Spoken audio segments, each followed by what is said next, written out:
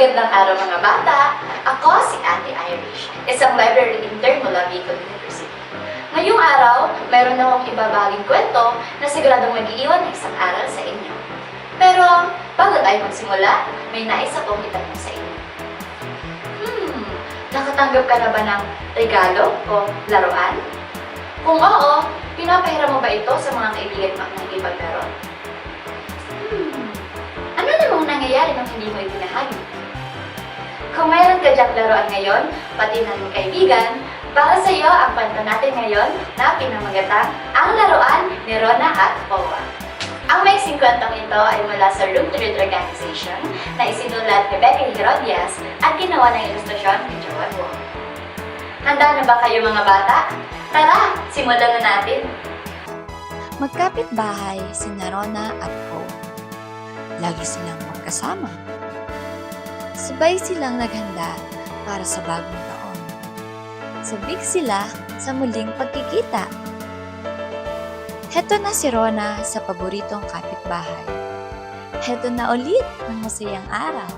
Aba, may bagong laruan si Powa. Wow! Ito ay gumagalaw. Tumutunog. At umiilaw pa. Pahiram, Powa. Ayoko. Patingin lang. Ayoko. Akin lang ito. Sige na. Ayoko nga. Okay lang. Kung ayaw mo. Naisip si Rona. Tahimik siyang nagupit. Tahimik na nagpinta. At tahimik na nagdikit. Natuwa si Rona sa kanyang gawa.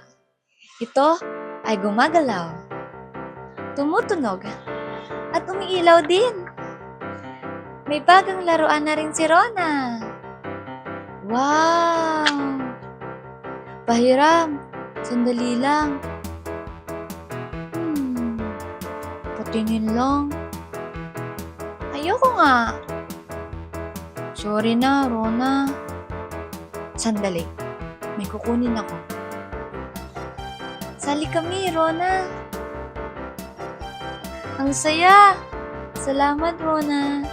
Salamat din, Powa. Meow!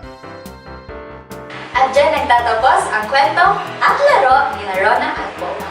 Gaya ng mga tauhan, magsilbisa ng aral sa atin na hindi maganda ang pagdadamot, maging sa kaibigan mo man o sa hindi mo kilala. Muli, ako ang inyong Ate Irish na nagpapaalalang sharing is caring. Kaya huwag niyo rin kalimutan i-like at i-share ang video na ito at i-follow ang Albay Provincial Library and Information Center sa YouTube at Facebook. Maraming salamat sa susunod muli.